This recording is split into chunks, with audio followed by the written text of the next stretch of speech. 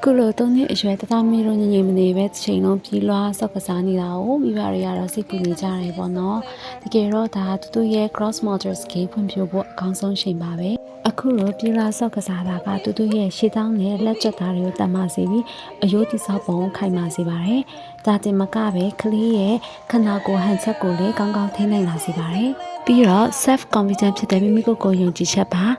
အခုလိုတခုခုအောင်မြင်ပြီးတိုင်းတူကိုယုံကြည်မှုပိုတိုးလာစေပါတယ်။ပြီးတော့လှူရှာမှုတိုင်းကအုံနောက်ရဲ့အာယုံစဆိုင်မှုကိုလည်းအလိုလိုလေ့ကျင့်ပေးတာဖြစ်လို့ဉာဏ်ရည်ကိုလည်းထောက်ပံ့ပေးပါတယ်။ဒီကစားနည်းမှာဆိုလို့ရှိရင်ဘာမှတူဘာမှမပါဘူးပေါ့နော်။ဒီသုံးလေးကိုအောက်မှာရှာထားမယ်။ဆိုကလေးတွေကနေမှအပေါ်မှာခုံပြီးမှကြတော့သူ့ရဲ့ပန်းတိုင်ကိုပြေးလွှားသွားနေရမယ်ပေါ့။ဒါကခုံနိုင်ဆွဲဂျမ်ပင်းကိုလေ့ကျင့်ပေးတာပါ။ဒီမှာဆိုရင်ကလေးရဲ့ပြည်လန်းတစ်ချောင်းမှာ